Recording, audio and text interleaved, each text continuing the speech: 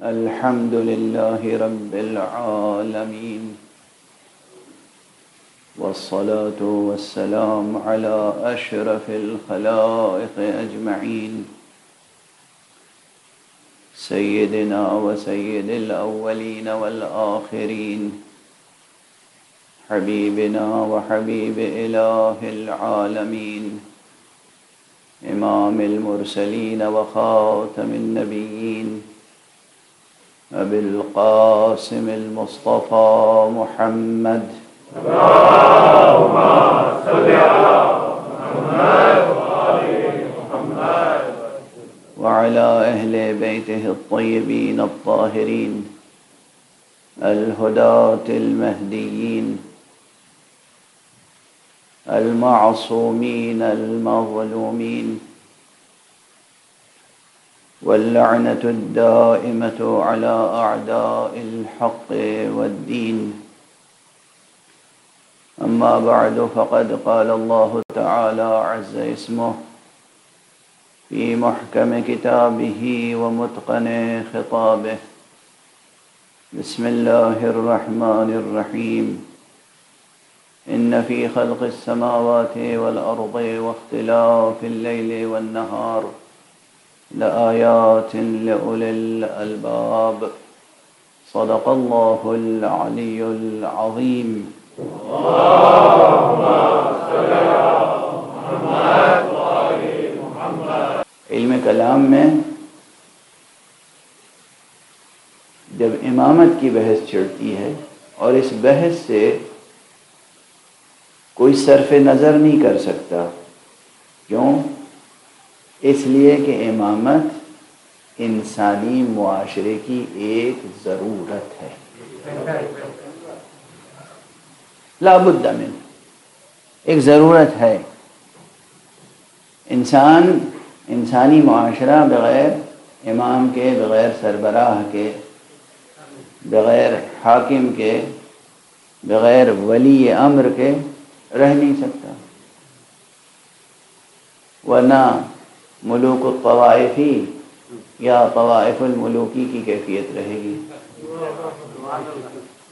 یہ ترکیبیں میں نے استعمال کی ہیں، ڈکشنری میں دیکھ لیجئے گا جا کر. ایک صلوات پڑھیے محمد.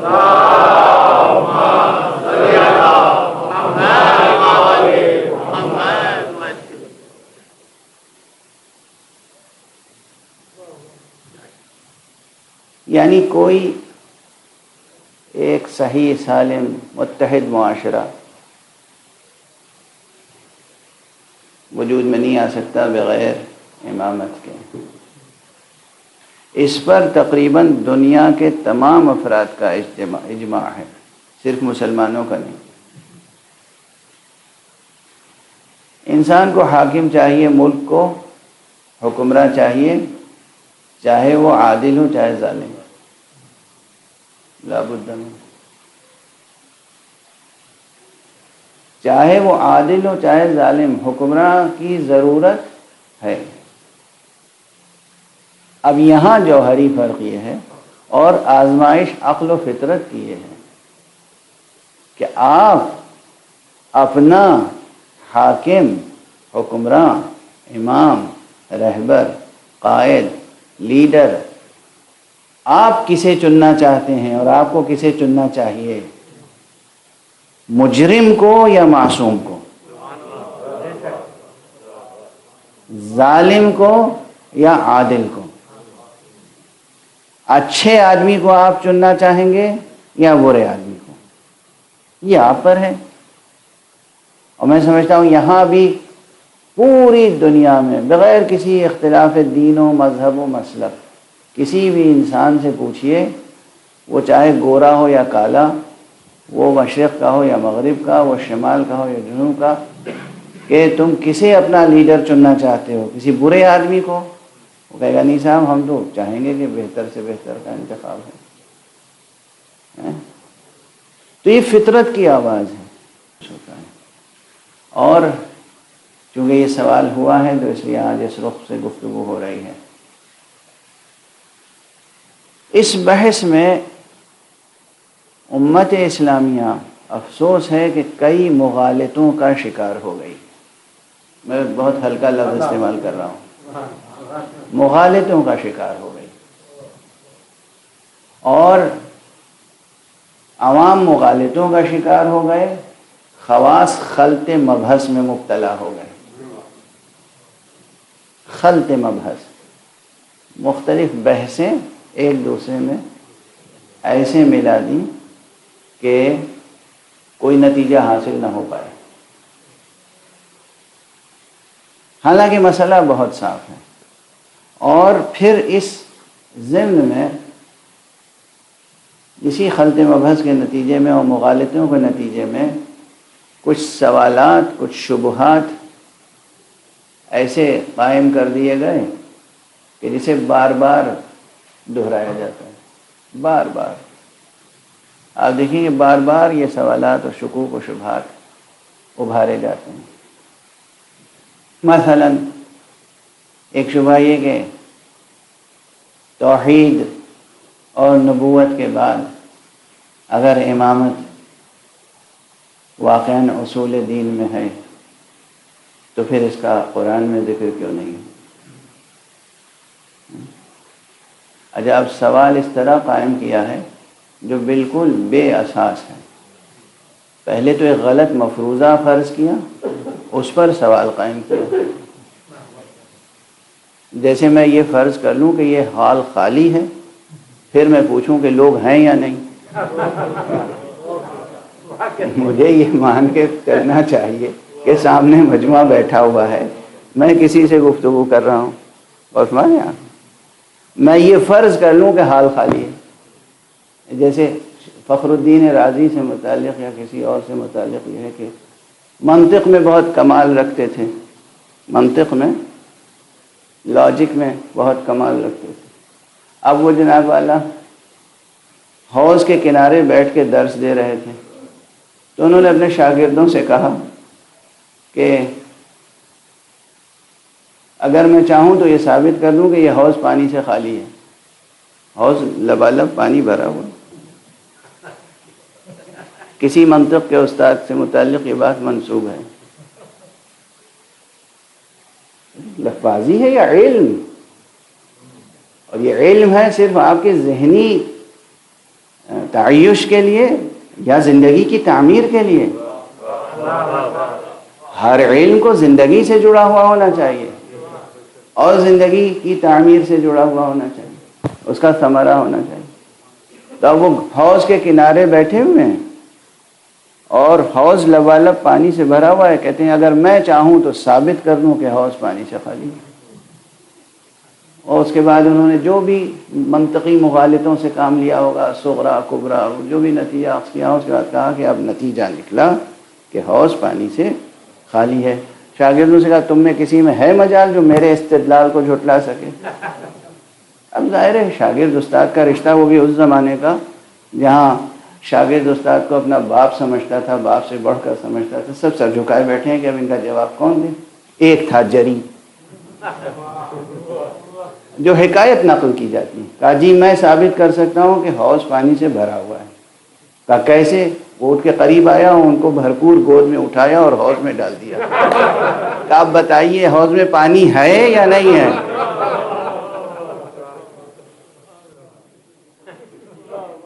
یہ لطیفہ بچوں کو بھی یاد رہ جائے گا نا۔ اب کئی دن سے لوگ کہہ رہے تھے بڑی سنگین بحث ہو رہی ہے، بہت زبان سمجھ میں نہیں آتی اور بہت الجھی ہوئی بحث ہے۔ اب اس سے زیادہ آسان تو نہیں ہو سکتی۔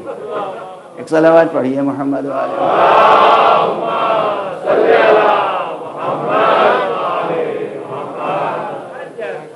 یہ حکایت نقل کی جاتی ہے، کیوں؟ یہ کلاس روم میں بھی نقل کی جاتی ہے، اس لیے میں نے ممبر پہ بھی نقل کی۔ کیوں؟ اس میں ایک درس پوشیدہ ہے۔ درس یہ پوشیدہ ہے کہ بدیہیات کا انکار نہیں کیا جاتا۔ یہ کمال علم نہیں ہے کہ ہست کو نیست ثابت کیا جائے، یہ کمال علم نہیں ہے کہ بدیہیات کا انکار کیا جائے، یہ کمال علم نہیں ہے کہ دن کے دوپہر میں اور 2 بجے یا 1 بجے ظہر کے وقت، زوال کے وقت آپ کھڑے ہو کے کہیں دیکھو میں ثابت کر رہا ہوں کہ سورج نہیں ہے۔ یہ کمال علم نہیں ہے۔ اور ہمارے ہاں اور یہ اس طرح کے مغالطہ آمیز استدلالات بھرے پڑے ہیں ماشاءاللہ مسلمان مفتیوں اور مولویوں کے ہاں، افسوس اس بات کا ہے۔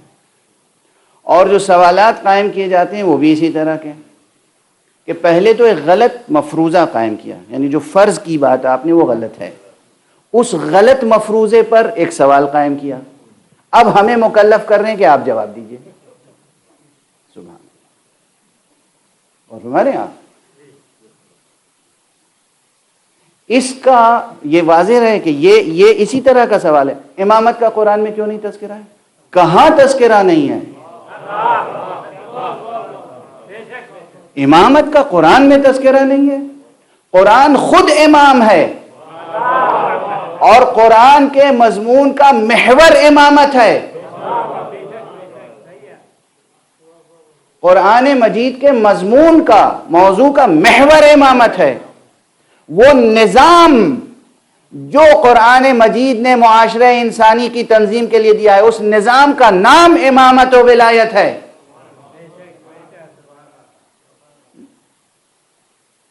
اور اتنا جامع، اتنا کامل بیان قرآن مجید میں امامت کا موجود ہے، اس کے اپنے انداز میں۔ قرآن مجید کی شان بلاغت وہی کہ جہاں الفاظ کے کوزوں میں معانی کا کوثر سمویا ہوا ہوتا ہے، ایک ایک فقرے میں پوری بحث سموئی ہوئی ہوتی ہے، تو پہلے تو قرآن مجید کے لہجہ شناس بنیے، پہلے تو قرآن مجید سے استنطاق کی استعداد پیدا کیجئے، یہ سیکھیے کہ قرآن مجید پڑھتے کیسے ہیں اور قرآن مجید سے کچھ پوچھتے کیسے ہیں، قرآن مجید سے سوال کیسے کرتے ہیں۔ اور یہ اس وقت تک آپ کو آئے گا نہیں جب تک کہ زیر منبر صاحب سلونی بیٹھیں گے نہیں۔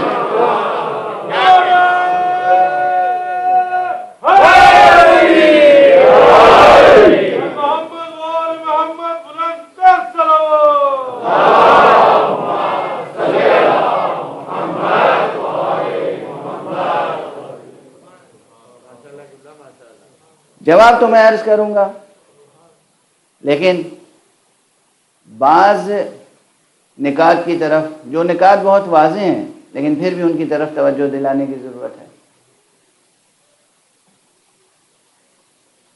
امامت سے پہلے کیا ہے؟ نبوت، اور نبوت سے پہلے کیا ہے؟ توحید۔ یہ نبوت اور توحید کو بھی کیا آپ نے قرآن سے سیکھا ہے، سمجھا ہے؟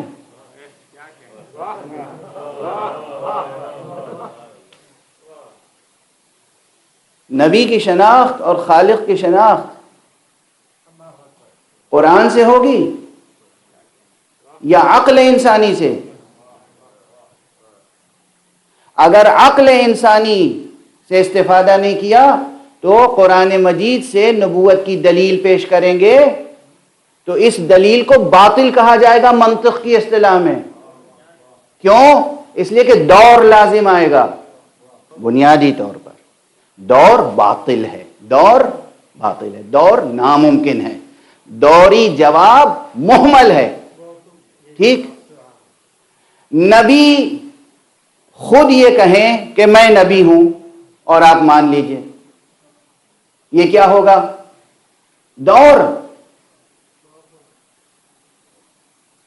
اور اس طرح پھر دنیا میں جتنے ہیں سب دعویٰ کر لیں کہ میں نبی ہوں۔ آپ کسی کو کہہ سکتے ہیں تم غلط کہہ رہے ہو، وہ کہیں جناب آپ نے حضرت محمد مصطفیٰ صلی اللہ علیہ وآلہ وسلم کو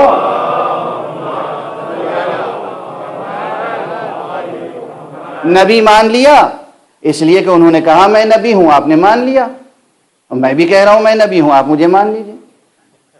دنیا کا ہر فرد کہے گا میں بھی کہہ رہا ہوں میں نبی ہوں، آپ مان لیجئے۔ تو وہاں آپ جواب دیں گے ہم نے محمد کو خود دعوی نبوت کے نتیجے میں نبی نہیں مانا، ہم نے پہلے اپنی عقل سے سرکار رسالت مآب کی نبوت پہ دلیل قائم کی، اور جب ہماری عقل نے تسلیم کر لیا کہ یہ نبی ہیں تب ہم نے ان کی ہر بات کو مانا۔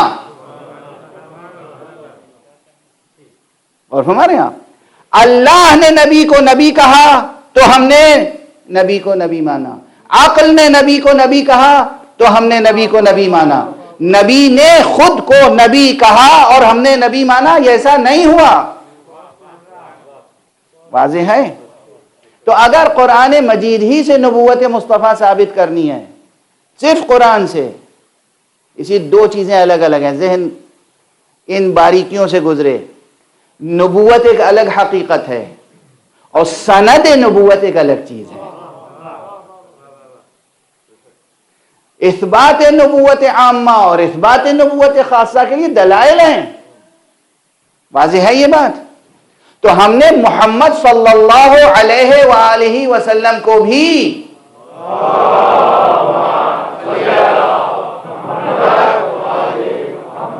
قرآن سے نبی نہیں مانا، ہم نے ان کو پہلے نبی مانا، پھر ان کی زبان مبارک سے قرآن کو بطور سند تسلیم کیا۔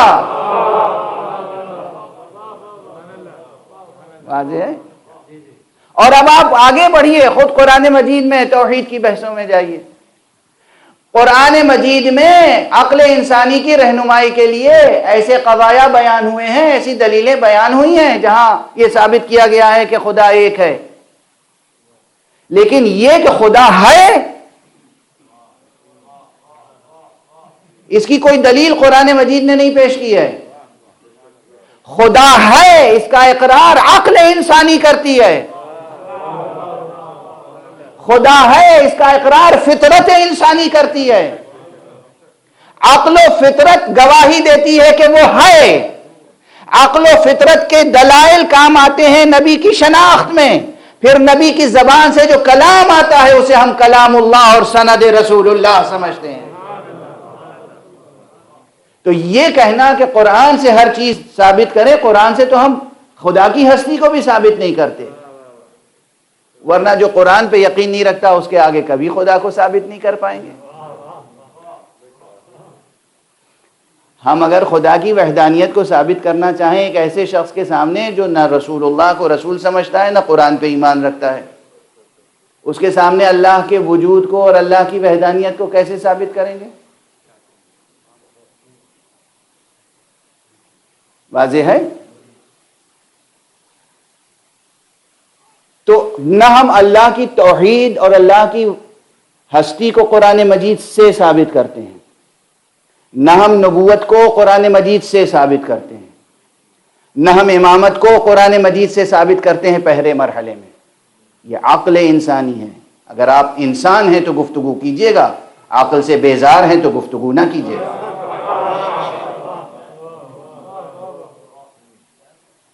آپ کو عقل دی ہے اللہ سبحانہ و تعالیٰ نے، کس لیے؟ ہمیں کس لیے دی ہے عقل؟ واضح ہو گئی بات؟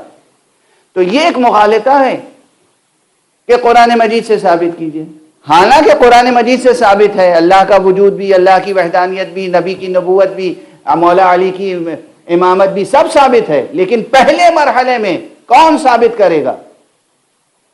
عقل۔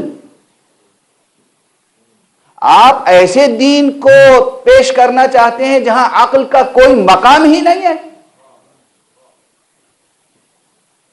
جبکہ اللہ سبحانہ و تعالیٰ نے سب سے نفیس ترین شے جو خلق فرمائی ہے وہ عقل ہے، اور عقل آپ کو عطا فرمائی ہے، اور آپ زندگی کے چھوٹے بڑے ہر مسئلے میں لوگوں سے حجت کرتے ہیں، پیزار کرتے ہیں، کٹ حجتی کرتے ہیں، یا بہرحال بحث کرتے ہیں، جستجو کرتے ہیں، تحقیق کرتے ہیں، ریسرچ کرتے ہیں، اور ہر جگہ عقل کی ٹارچ ساتھ میں ہوتی ہے، بس جہاں مذہب کی بات آئی اس ٹارچ کو بجھا دیتے ہیں۔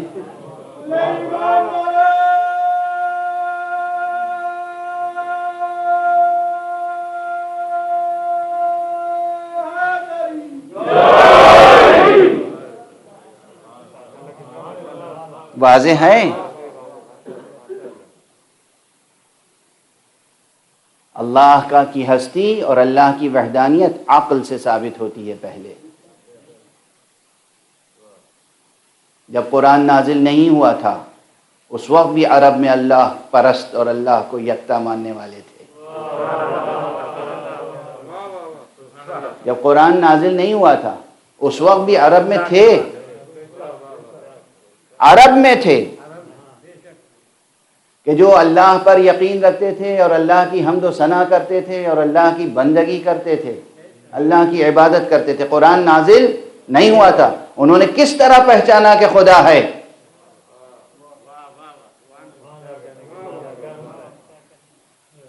انہوں نے کس طرح پہچانا کہ خدا ہے؟ جا کے آپ تحقیق کیجئے، وقت کم ہے، وقت گزرتا چلا جا رہا ہے۔ اگر میں نام گنانا شروع کروں، اور صرف بنی ہاشم میں نہیں، یہ بھی یاد رکھیے گا، خاندان پرست نہ سمجھیے گا ہمیں، ہم خدا پرست ہیں، ہم مولا پرست ہیں۔ ہم اللہ کو مولا سمجھتے ہیں یا اسے مولا سمجھتے ہیں جسے اللہ نے مولا کہا؟ ہم ہر ایک کو اپنا مولا اور آقا اور مقتدی اور سید اور امام نہیں سمجھتے۔ ہم خاندان پرستی کبھی نہیں کرتے، ورنہ ابو لہب پہ لعنت نہ کرتے، ابو طالب پہ سلام نہ کرتے۔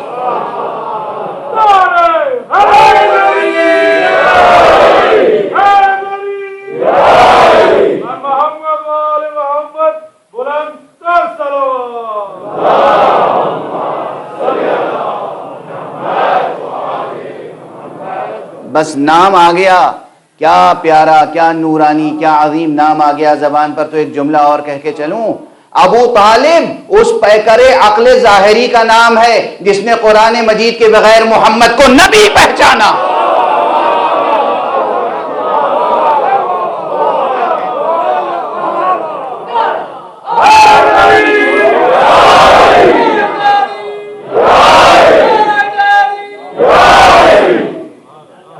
مجھے کوئی جھٹلا نہیں سکتا اس بات پہ کہ ابو طالب نے اعلان کیا تھا، الم تعلموا انا وجدنا محمدا نبیا کموسیٰ خط فی اول الکتب، کیا تمہیں معلوم نہیں کہ ہم نے محمد کو نبی دیکھا ہے، نبی پایا ہے، اسی طرح جیسے موسیٰ نبی تھے، اور ہم جانتے ہیں کہ محمد، الم تعلموا، اس کیا عظیم شعر ہے، یہ کیا عظیم شعر، الم تعلموا انا وجدنا،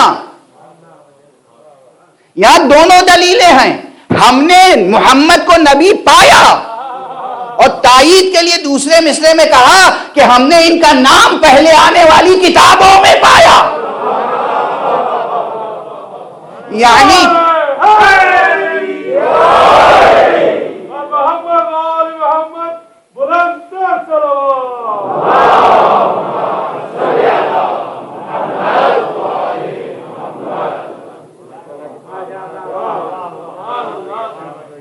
الم تعلموا انا وجدنا محمدا نبیا کموسیٰ خط فی اول الکتب۔ اگر علم عروض کسی کو نہیں معلوم ہوگا تو اعتراض کرے گا کہ انہیں شعر صحیح یاد نہیں ہے، کتبی کو کتبی کہہ رہے ہیں، حالانکہ ازراح عروض بھی درست ہے، ازراح لغت بھی۔ ایک اور صلوات پڑھ دیجیے۔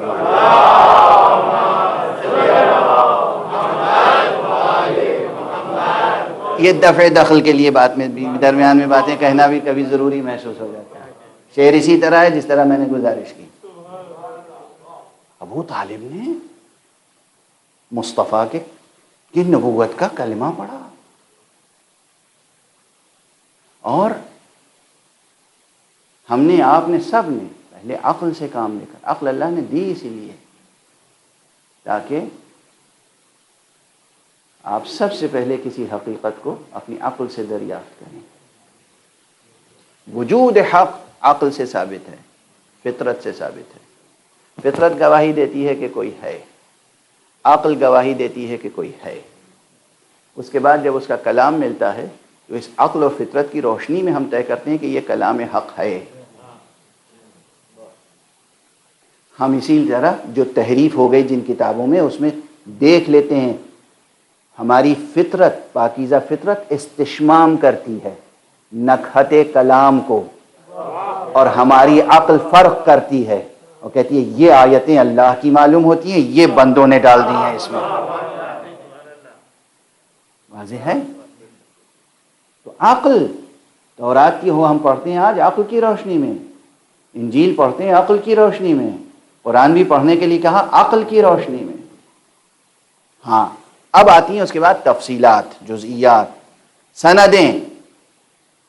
خدا کی قسم اگر انسان آزادانہ طور پر عقل و فطرت پاکیزہ، عقل سلیم اور فطرت مستقیم کی روشنی میں پورے آدم تائیدم پوری عالم و آدم کی تاریخ کا مطالعہ کرے تو وہ مطمئن ہوگا اس بات پر کہ لفظ امام اگر کسی پہ سجتا ہے بعد محمد مصطفیٰ صلی اللہ علیہ وآلہ وسلم تو وہ فرزند ابو طالب علی ابن ابی طالب کے علاوہ کوئی دوسری ذات ہو نہیں سکتی۔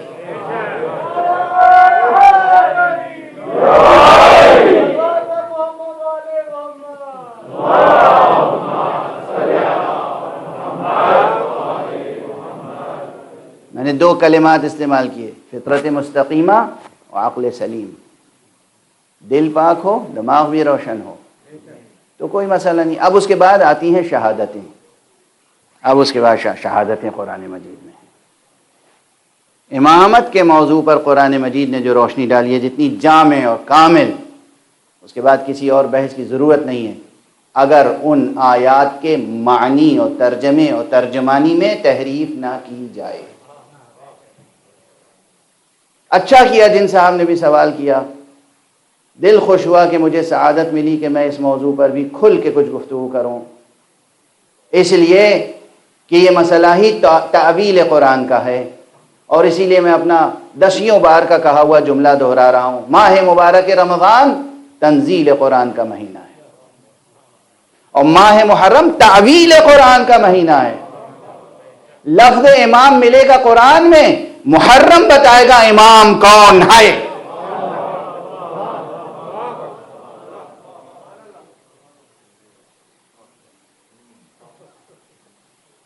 اب ایک آیت کی طرف تیزی سے، آیت آپ سب کو یاد ہوگی، بہت سے ذاکرین برابر ذکر کرتے ہیں، کوئی میں پہلی بار تھوڑی اشارہ کر رہا ہوں، کیونکہ جو کلیدی بحث ہے، جو کلیدی مطلب ہے وہ تو وہی رہے گا، جو کلیدیں ہیں جو وہ بدلی نہیں جا سکتی۔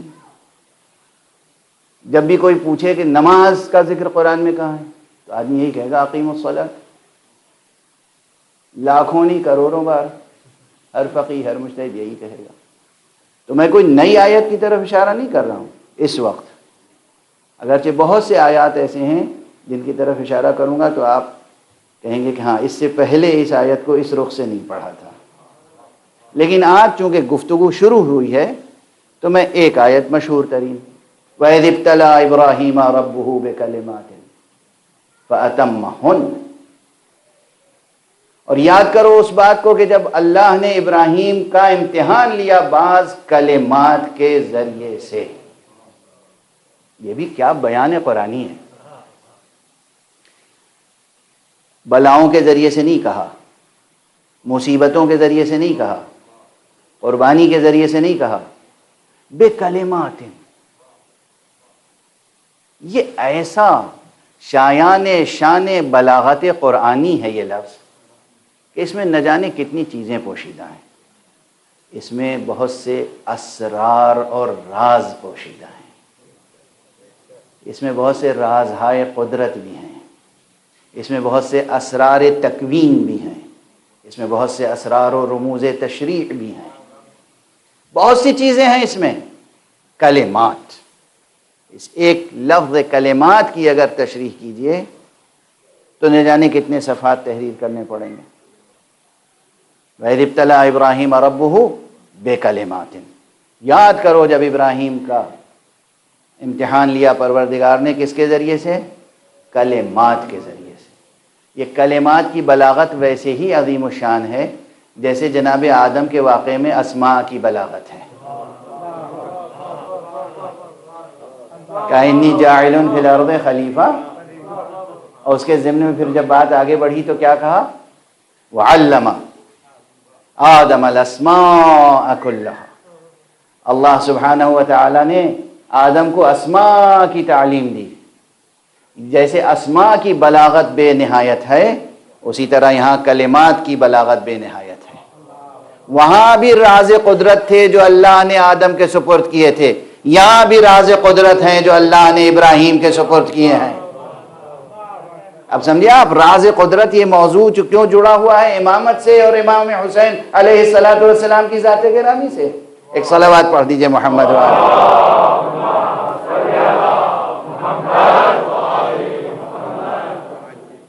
اجمالاً، بس اتنا عرض کر رہا ہوں کہ اس سے صرف ایک واقعہ مراد نہیں ہے، بکلمات، کلمات کلمے کی جمع ہے، یعنی جو وہ پرچہ تھا امتحان کا اس میں کئی چیزیں تھیں،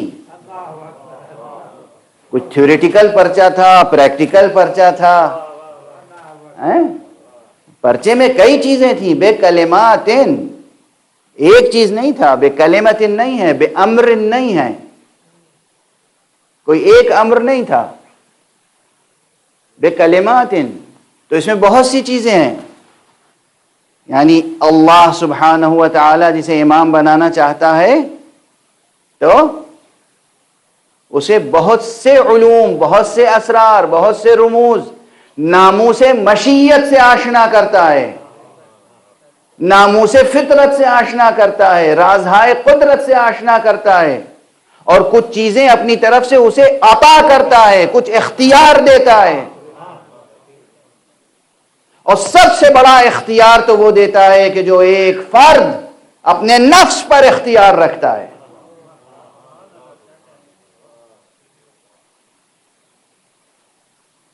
یہ چھوٹا سا لفظ جو آخر میں کہا، یہ بہت بڑی بحث ہے۔ سب سے بڑا اختیار اللہ جو دیتا ہے اپنے اولیاء کو، ائمہ کو، نبیوں کو، رسولوں کو، وہ یہ اختیار دیتا ہے کہ وہ اپنے نفس پہ اتنا اختیار رکھتے ہیں کہ پورے اختیار کے ساتھ باطل سے دور رہتے ہیں، حق پر گامزن رہتے ہیں، خدا کے رازوں کے امانت دار رہتے ہیں، کہیں بھی دنیا کا غبار اڑ کے ان کے دامن پہ جم نہیں سکتا، بیٹھ نہیں سکتا۔ اور اس کے بعد جب کامیاب ہو گئے تو کیا حق سبحانہ و تعالیٰ نے فرمایا؟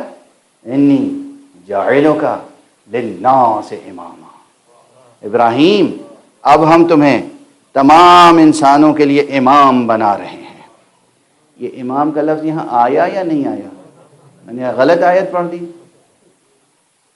جب لفظ امام صراحتاً موجود ہے، اور یہ ہے کہ اللہ نے کہا کہ میں تمہیں امام بنا رہا ہوں، اسی طرح جیسے آدم کو کہا تھا کہ میں آدم کو خلیفہ بنا رہا ہوں۔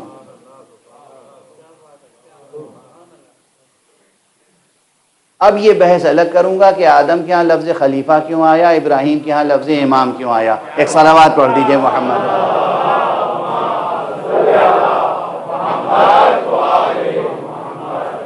یہ بھی بڑی شیریں گفتگو، یہ بھی بڑی شیریں گفتگو۔ ایک صلوات پڑھیے محمد والے۔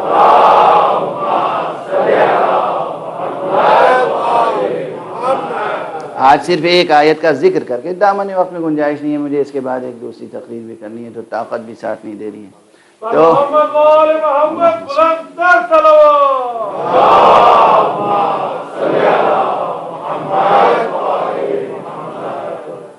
تو امامت ابراہیمیہ، اس کا تذکرہ قرآن مجید میں موجود ہے صراحت کے ساتھ۔ اور پھر یہی نہیں، اللہ فرما رہا ہے میں امام بنا رہا ہوں تمہیں تمام انسانوں کے لیے۔ اس کو جناب ابراہیم نے یہ نہیں کہا، یہ نہیں سمجھا کہ بس ایک چیز مل گئی ہمیں، اب ہم اپنے بعد جس کو چاہے امام بنا دیں۔ وہ کہتے ہیں اللہ نے ہمیں امامت دی ہے، تو اس کا مطلب یہ عہدہ الہی ہے۔ اب خواہش تو ہے میری نسل میں بھی رہے، تو خود نہیں فیصلہ کرتے، وہیں کہتے ہیں کہ وَمِن ذُرِّيَّتِي، اے پروردگار اور میری ذریت سے، یعنی میری نسل میں بھی یہ عہدہ رہے گا۔ وَمِن ذُرِّيَّتِي، ابھی تمہیں بنا دیا امام۔ اب حق سبحانہ و تعالی نے بھی فرمایا کہ لا ینال عہدی الظالمین، دیکھو یہ میرا عہدہ ہے۔ اب سمجھ میں آیا؟ امامت کو کہہ رہا ہے پروردگار یا کسی اور چیز کو؟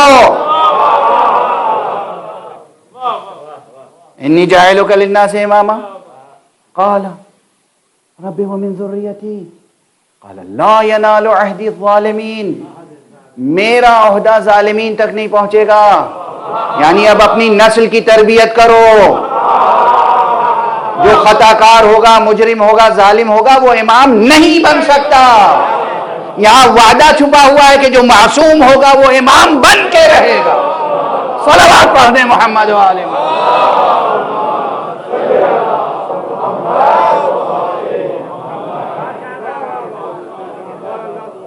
اس ایک بیان قرآنی میں لفظ کلمات کی بلاغت، لفظ امام کا وجود، لفظ عہدی کی بلاغت، لا ینال عہد الظالمین، یہ پورا مضمون، یہاں یہ تین باتیں ثابت ہوتی ہیں کہ امامت الہی منصب ہے، اللہ ہی دیتا ہے، اللہ یہ ظالموں کو نہیں دیتا، معصوم کو دیتا ہے، اور اسے دیتا ہے جسے کلمات و اسرار بھی دیے ہوں۔ یعنی دو چیزیں اہم ثابت ہو گئیں، علم امام اور عصمت امام۔ صلوات پڑھ دیں محمد و آل محمد۔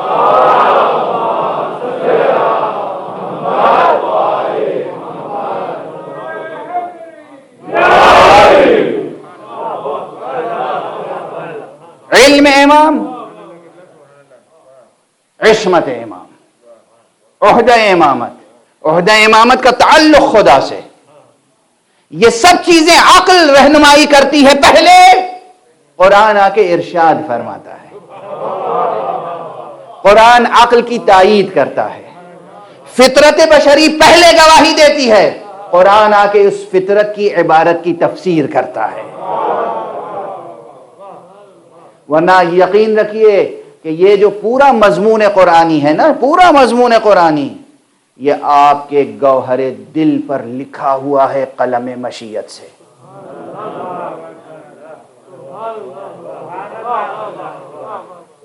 معصوم کی بات الگ ہے، ہم آپ کی بات کر رہے ہیں۔ فطرت پاکیزہ، وہ فطرت جس پر اللہ سبحانہ جس کے بارے میں پیغمبر اکرم صلی اللہ علیہ وآلہ وسلم نے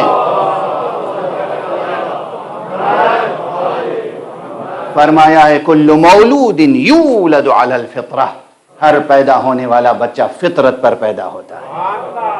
اور فطرت کیا ہے؟ قرآن مجید میں سورہ مبارکہ روم میں چلے جائیے، پڑھیے کہ فَأَقِمْ وَجْهَكَ لِلنَّاسِ حَنِيفًا فِطْرَةَ اللَّهِ الَّتِي فَطَرَ النَّاسَ عَلَيْهَا، تم اپنا رخ حیات، رخ زندگی، سفر زندگی، اپنا وجود، اپنا رخ معین کر لو فطرت کی طرف، وہ فطرت جس پر اللہ نے تمہاری خلقت کو ڈھالا ہے۔ تو واضح ہوئی بات، چیزیں آپ کی فطرت میں موجود ہیں، چیزیں آپ کی عقل کی روشنی میں نظر آ سکتی ہیں، پھر قرآن مجید اس پہ مزید روشنی ڈالتا ہے، تاکید کے ساتھ، تائید کے ساتھ، صراحت کے ساتھ، وضاحت کے ساتھ، تاکہ دل و دماغ میں یہ بات راسخ ہو جائے کہ ہماری عقل جو فیصلہ کر رہی ہے وہ غلط نہیں ہے، تائید وحی بھی حاصل ہے۔ ایک صلوات پڑھ دیجئے محمد و آلہ۔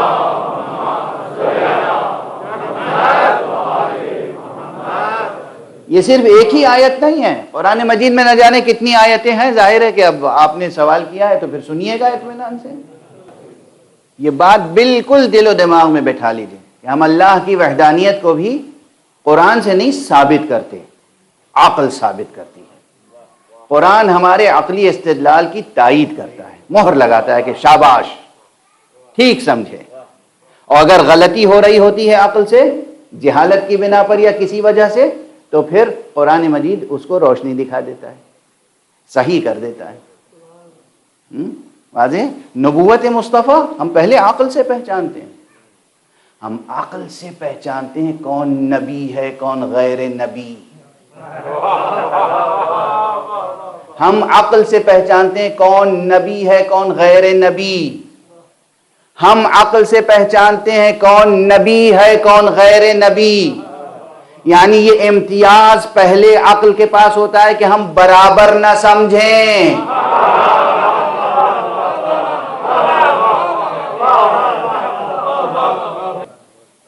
ہم علی کو علی مانتے ہیں، حسن کو حسن مانتے ہیں، حسین کو حسین مانتے ہیں، یہ سب ایک ہی شجر نور کی شاخیں ہیں، یہ اسی شجر کے اصول ہیں، مگر محمد ہیں۔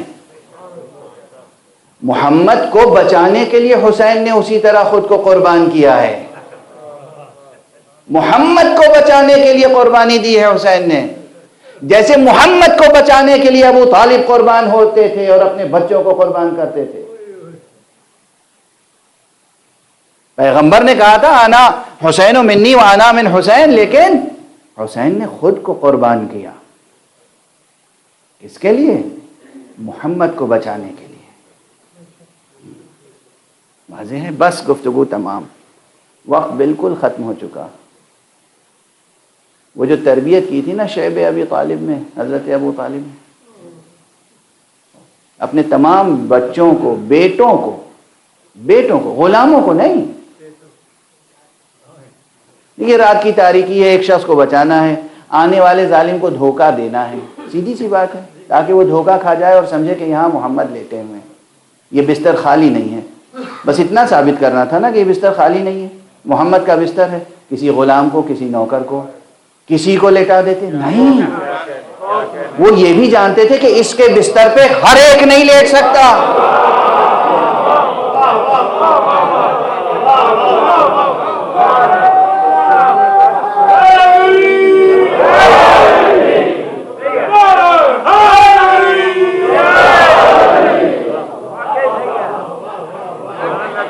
ہمیں اسے بچانا ہے اور اس کی ناموس کو، اس کی حرمت کو، اس کے ہر عظمت کے ہر نشان کو بچانا ہے۔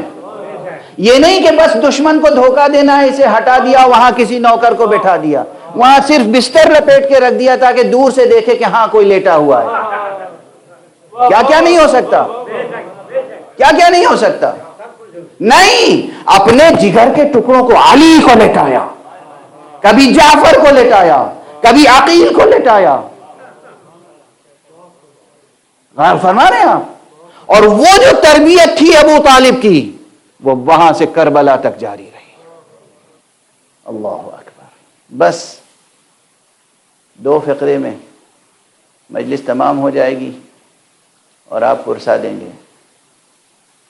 آج جن بچوں کا آپ ماتم کریں گے، وہ بچے حضرت عبداللہ ابن جعفر طیار ابن ابی طالب، ایک بچے کا نام عون ہے، اور کیا نام ہے! عون کے معنی سمجھتے ہیں؟ عون یعنی مدد، عون کے معنی مدد کے ہیں۔ یہ بچہ عون ہے، جس نے اپنے وجود سے ماں کو بھی مدد دی، حسین کو مدد دی، اسلام کو مدد دی۔ عون کیا نام ہے! اور دوسرا بچہ ہے محمد۔ بس گفتگو تمام۔ پروردگار آپ حضرات کی عزاداری قبول فرمائے، آپ کے نوحہ و ماتم کو قبول فرمائے، آپ کو صراط مستقیم امامت و ولایت پہ گامزن رکھے، آپ کے ہاتھوں میں ہمیشہ دامن ختم نبوت رہے، آپ کے سینوں میں ہمیشہ چراغ توحید روشن رہے، یہ چراغ توحید جو کربلا والوں نے اپنے پاکیزہ لہو سے جلایا ہے، یہ مقام ختم نبوت جس کی حفاظت علی اور حسن اور حسین اور آل حسین نے کی ہے، یہ مقام ختم نبوت جس کی حفاظت کس طرح کی گئی کہ بوڑھا ہو، جوان ہو، بچہ ہو، سب قربانی کے لیے مچل رہے تھے روز عاشورا۔ خواتین، مائیں تربیت کر رہی تھیں بچوں کی، بیٹا دیکھو کل روز عاشورا ہے، مجھے مادر گرامی فاطمہ زہرا کے سامنے شرمندہ نہ کرنا، بیٹا بے جگری سے جہاد کرنا، بیٹا جب تک زندہ رہو ماموں کی طرف ایک تیر بھی آنے نہ پائے۔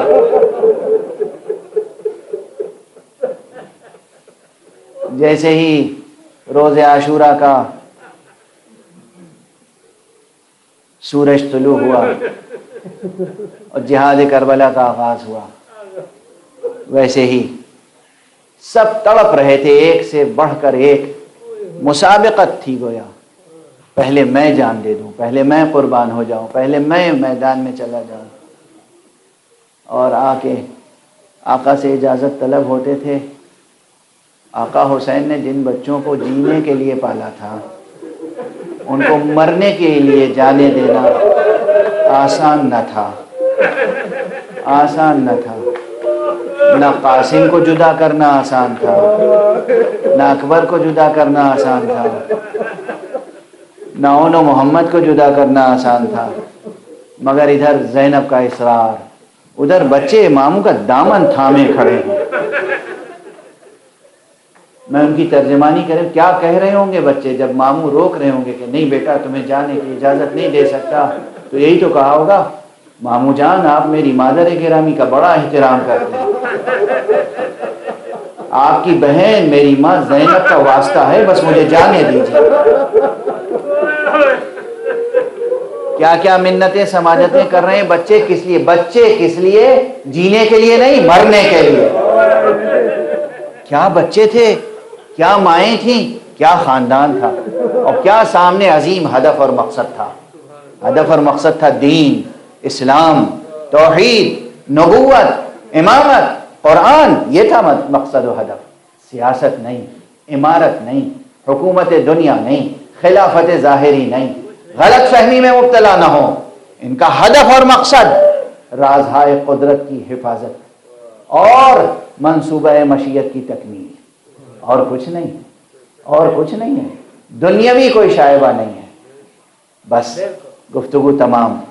بچے جنہیں جینے کا حق ہے وہ مرنے کا اذن چاہتے ہیں۔ بچے جن کے جینے کی عمر ہے وہ مرنے کے لیے تڑپ رہے ہیں۔ کیا منظر ہے، خدا کی قسم، کیسا المناک منظر ہے۔ اور بالآخر آقا حسین نے سینے سے لپٹایا، پیار کیا، اجازت دی، جاؤ بیٹا جاؤ، ہمیں معلوم ہے تمہارا نام محضر شہادت میں موجود ہے، سعادت نصیب کرو۔ اور ہاں بچوں، ہمیں یہ بھی اندازہ ہے بہت پیاسے ہو، بہت بھوکے ہو، جاؤ جاؤ، خدا حافظ، تمہارے نانا جام کوثر لیے ہوئے انتظار کر رہے ہیں، جاؤ۔ اور ان کو اجازت دی، محمد کو اجازت دی، دونوں بچے گئے۔ اور عمریں کم ہیں، عمریں بڑی نہیں ہیں، لیکن جنگ بڑی کی، دشمن بھی حیرت زدہ ہے، بہت سے دشمنوں کو ہلاک کیا، لیکن گئے تھے جام شہادت نوش کرنے کے لیے، تو جام شہادت ملا، نصیب ہوا۔ جب ایک بھائی گھوڑے سے گرنے لگا، آواز دی، ماموں جان میرا آخری سلام۔ کیا المناک و کربناک آواز تھی، ماموں جان میرا آخری سلام۔ ادھر محمد کی آواز آئی، ماموں جان میرا بھی آخری سلام۔ آقا حسین تشریف لے گئے اور میدان میں جا کر دونوں بچوں کے لاشیں اٹھا کر خیمہ گاہ میں لائے۔ بس دو تین کلمات آپ سنتے رہتے ہیں، مگر پھر بھی چونکہ یہ واقعیت کی ترجمانی ہے، یہ حقیقت کی ترجمانی ہے، اور اس سے مراتب واضح ہوتے ہیں۔ امام اپنی جگہ، معصوم اپنی جگہ، مگر معصومہ کربلا جنہیں میں کہتا ہوں، معلوم ہے میں بی بی زینب کو معصومہ کربلا کہتا ہوں۔ جیسے مولا امام موسیٰ کاظم علیہ السلام کی دختر، آپ کی بیٹی معصومہ قم کہلاتی ہے، اسی طرح میں مولا امیر المومنین کی اس بیٹی ثانیہ زہرا کو معصومہ کربلا کہتا ہوں۔ اور آپ پوچھیں گے پھر سکینہ کو کیا کہیں گے؟ میں بی بی سکینہ کو معصومہ شام کہتا ہوں۔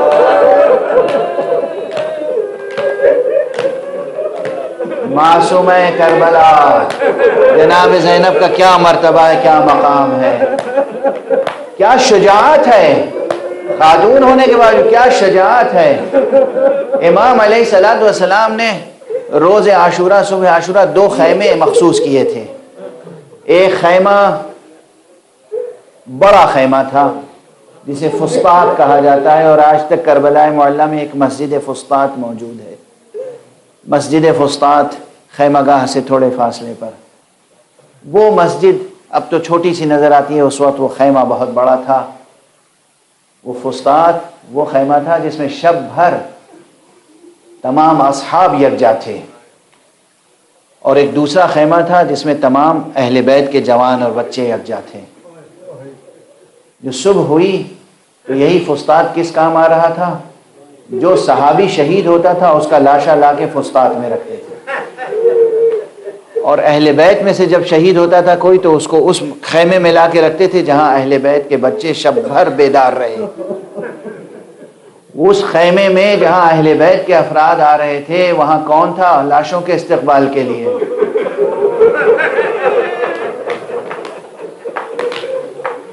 وہاں لاشوں کے استقبال کے لیے زینب تھی، زینب معصومہ کربلا زینب۔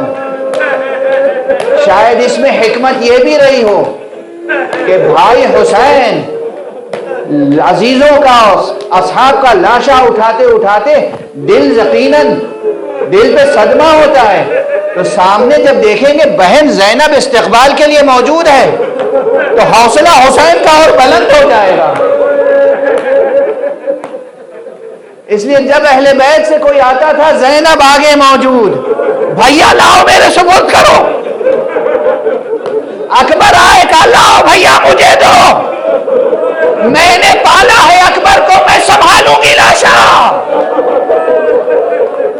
قاسم آئے کہا بھیا میرے سپرد کرو، لیکن جب اولو محمد آئے زینب نظر نہ آئی۔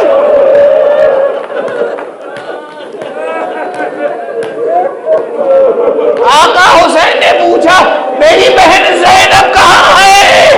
فضا نے اشارہ کیا آقا وہ سجدہ شکر میں، پروردگار شکر ہے تیرا، تو نے میری قربانی قبول فرما لی، مجھے میرے بھائی اور میری مادر گرامی کے سامنے شرمندگی نہ ہوئی، پروردگار اس قربانی کو قبول۔